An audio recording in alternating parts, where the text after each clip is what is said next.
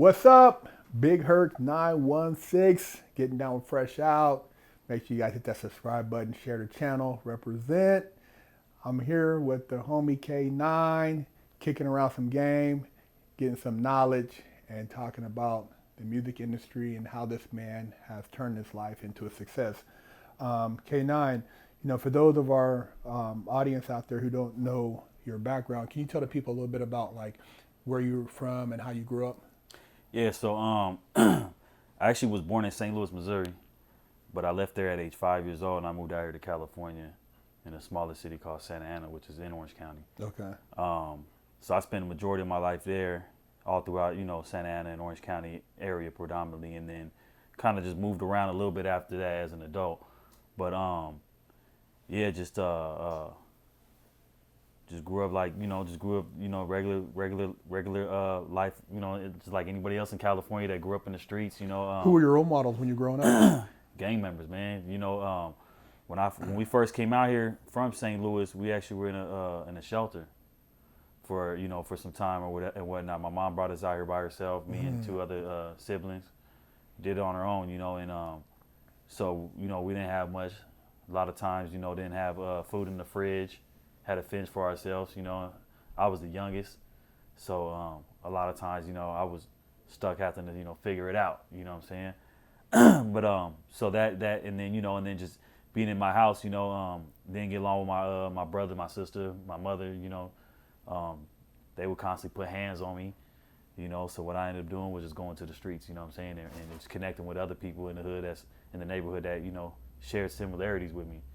That came from broken families as well. And we kind of try to create our own family based on that.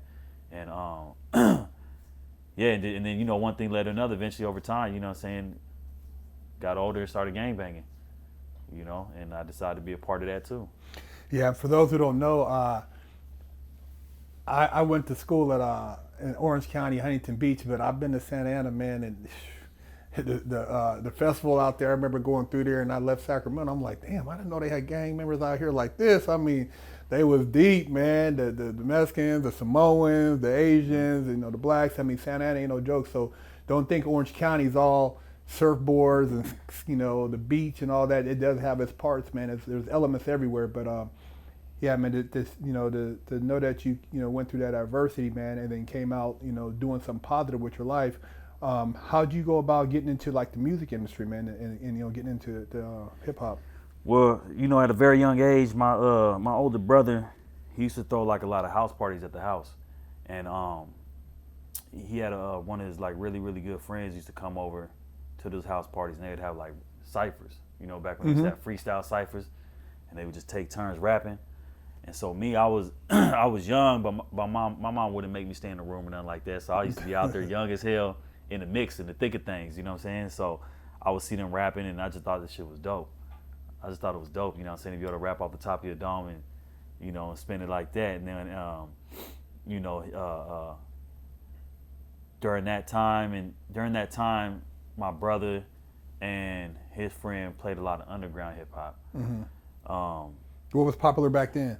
What's funny is because you being from Sacramento, my favorite rapper used to be Brother Lynch. Okay, yeah, Brother Lynch. Okay, yeah. That's all that used to get played in the house. You know what I'm saying? Brother Lynch, Sebo, X-Rated. Okay, yeah. You know what I'm saying? So a lot of that. Then of course, like all the West Coast legends. You know what I'm saying, and whatnot. But a lot of that was getting played in the house, and and that was just through them. But then my pops, he had his own style of music, he'll play like some old school, Moms will play more like the Isley Brothers, and yeah. So, I got a little bit of everything up under me, and so I've always been like musically inclined, I feel like like my uncle is Lamont Macklemore from the Fifth Dimensions. Okay.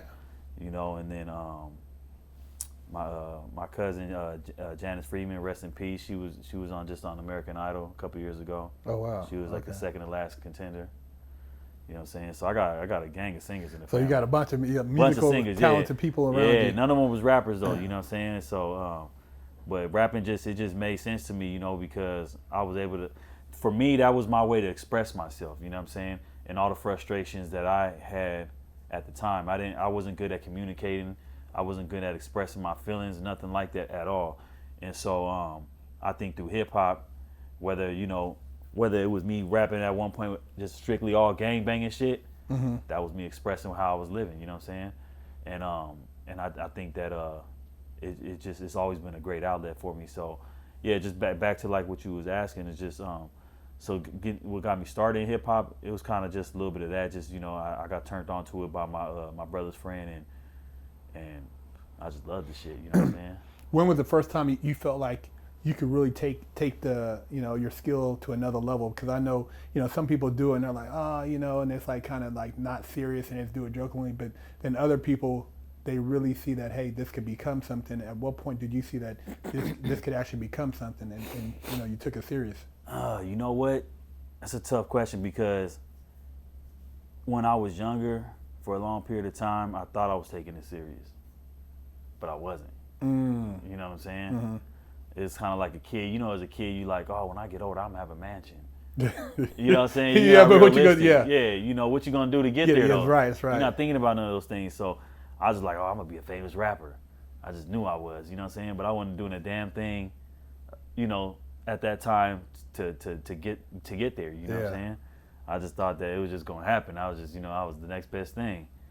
And I think really what did is like when I spoke on my boy Caution, I think that I wanted it, but I didn't know how to go about it. You know what I'm saying? Mm-hmm. And I thought I was going about it correctly. And then when I met him, he kind of just laid everything out for me, because he saw my hunger. He saw that that's something that I've always had, was the hunger, you know what I'm saying, for it. So that's what gravitated him towards me. And then he just kind of like gave me the blueprint and laid things out for me. And I was so hungry and so eager to learn in that shit, man, that I just, you know what I'm saying, gravitated towards it, man, and just started taking it serious. And over time just kept learning and learning, you know what I'm saying? Not being one to always talk in the room, but sometimes be quiet and there to listen, That's how I learned a lot, for sure. And shit, that's where I'm at now with it, So do you prefer, like, for somebody that's looking to get in the music industry, like going the independent route, or do you think that a person should actually sign with a label? Because I know now you have more freedom if you're independent, and then you can kind of do whatever your own separate deals. You can do, clothing, you could do apparel, you could do whatever you want. But I know a lot of people think, oh man, I signed a deal, and they get an advance, but they own you. Yeah, I mean, I think it depends what's in your contract, what's on the table. Mm-hmm. Because you can be independent your whole life and not go nowhere. You know what I'm saying? Mm-hmm. Or you can take advantage of a label that has a platform that can run you through the system, and you can and although the deal, the first initial deal may not be the greatest, you could take advantage of that time to make connections, network, and learn the game, you know what I'm saying? So when you do decide to go independent, you've learned from that, you know what I'm saying, from those labels, and made those connections. And not only that, if they're gonna give you some money, if you're smart enough to know how to flip that, reinvest it into yourself, not just blowing on bullshit, don't buy new Benz, you know what I'm saying, and all kinds of jewelry and shit, like actually reinvest that shit into your music, then you got a better chance of, you know what I'm saying, being able to flip that and make something out of it, you know what I'm saying? But on the flip side, going the independent route, for sure you do get more of your money, but it can take a lot longer. Yeah. You know what I'm saying? So it just depends on which route you want to. It kind of really depends. Yeah, like for myself, I'm independent, right? I mean, I'm technically signed to Spice One through Thug World Music Group. Okay. And so I've been on the Spice One's label for about 3 years. But for the most part, everything I do is independent on my own. And but at the same time, if someone was to come at me with a good enough offer where I feel like it could really like take me a lot further, then shit, I'll sign. I don't care. Yeah. You know what I'm saying? It's business at the end of the day. Yeah, and you gotta, you gotta have enough sense to be able to read the fine print of the contract. Exactly. That's what a lot of people don't do. Oh man, they so anxious to sign, but they're not reading the details. They see that money. They see that money. You know what I mean? The advance and all that stuff. Because you got to remember, at the end of the day, it's business, right? Not saying it's right for somebody to take advantage of you and just fuck you over. But you got to understand, though, they want something out of it, too. That's right. You know what I'm saying? There's going to have to be, they're going to have to gain something out of it. And that's what I always tell people is, anytime you meet with somebody like that, the main thing you want to figure out is, what do they want from you? What are they giving you, and what do they want in return? Mm-hmm. At the end of the day, you know what I'm saying? What exactly are you giving me, and what do you want from me in return? And then looking at it too, you know, based on what your social media following is and what your platform is, you can leverage a lot of that. Like, you know, you got, you know, a lot of rappers now, or even people, even musicians, they might not be on the so-called the radio or on some of these other platforms, but they do concerts and they sell a lot of merchandise. They do other things. They got other, you know, product integration deals. So there's a lot of other ways you can make money once you have that audience base. So if you can show, hey, my analytics, this is what my audience base is, blah blah blah. This is what I get.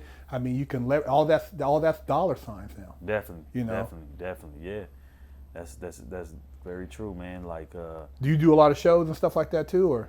Yeah, ever since COVID, I kind of like slowed down a lot on it. Mm-hmm. But actually, right before COVID, I was on tour with Brother Lynch and X Radio. Okay, dope. Okay, Yeah. okay. I think our last show was in Bakersfield, and it's crazy because our next show was supposed to be in Santa Ana. Oh shit. So I was hyped up for that because they was gonna do something special for me too. Yeah, I think I seen X Radio. I think we went down to Santa Ana. He did some little small venue when he. This is like a couple years ago. Me and Big Ant went out there for a show, but yeah, that's dope. Yeah, because I know like I said at the shows, a big thing is your merch. I know that's how I was talking to a couple of guys who were into the heavy metal industry, and they sell a lot of T-shirts. You know, do thousands of dollars of merch, and then, you know, posters and different stuff like that. So, you know, that's another way to kind of make up for what you don't get now, because you don't really make money off of music sales. You make money off of other stuff. Yeah, and a lot of people, you know, pass up the smaller shows, and I like the smaller shows. You know what I'm saying? Like, to me, that's more intimate. Yeah, yeah. You know, I get to actually stand there and actually talk to people and build a more solid fan base. You know, something that's not going to be fickle. And you know, that's a great point too. Is like being approachable and people feeling like, oh, I can relate to him. Right. And that strengthens, because now when other people see you, it's like, oh man, I remember that guy, he came to my town, he was cool, man, he wasn't like this weird dude, down to earth, I could talk to him. And that helps a lot with your brand too. So getting out and being, you know, interactive and stuff like that makes a big difference. What would you give as far as advice to somebody who you know, is looking at what you got going on and you know, looking at the big picture? Because I always tell people, man, don't think that anything's overnight. You got to work at it. You know, you've been building your base for a while now. You know what? It's a tough question because there's no real like formula to this. You know what I'm saying? Shit just kind of happens, right? Yeah, it's like you just got to be consistent. That's the main thing, is be consistent, because what works for one person and gets them in the door may not work for the next. Yeah. You know what I'm saying? There's no real like blueprint on how to do it. There's no right way of doing it, other than, like I said, staying consistent. The more consistent you are, the more doors you open up for yourself to meet more people, and hopefully just meet the right people. Yeah. Yeah, I tell people the same thing, because it's like you see some people and they're like, damn, how'd that person blow up? But you don't know what their backstory is.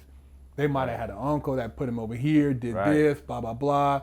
And here you are thinking, oh man, I'm just not, you know, why can't it happen for me? But you know, there's a lot of things happening behind the scenes. Right. So that's the big part of it, man. But like you said, consistency with anything over a period of time, if you're putting out good energy and, you know, you have a quality product, it will, you know, eventually it's going to hit that tipping point. They call it. And once that tipping point hits, you know, that's when success happens. Definitely. So what can people expect from you, in, you know, going into the future, man? What are some of the things you have coming up as far as projects, whether it's music and maybe, you know, movies or something like that, books? I mean, what do you have going on? Man, you know, all those sound great. I wish I had all of them. You know what I mean? Maybe one day, who knows? Maybe I'll get into some acting and, you know, maybe write a book or something. You know, that'd be dope. But nah, just right now, I'm just, you know, putting out singles. Okay. You know, I actually just dropped a mixtape called Lost and Found. Okay. So that's on YouTube, iTunes, Spotify, all the major digital platforms. Okay.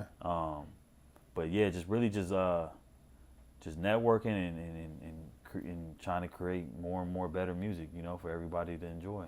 Would you say one of the biggest areas that people fall short in is networking? Because I always feel like you gotta get out there and be social. You know, people sit in their house all day. I'm like, dude, you gotta get out the house. Yeah, You and can't meet them. You know. I'm still old school with it. Like, I'm a firm believer of pulling up on somebody. Mm-hmm, mm-hmm, You know what I'm saying? mm-hmm. Like, people, you want somebody to respect you. Person gonna respect you more in person than just being on Instagram trying to hit them up and trying to network. You know what I'm saying? That's Don't right. get me wrong, that works too, but you can't just limit yourself to that.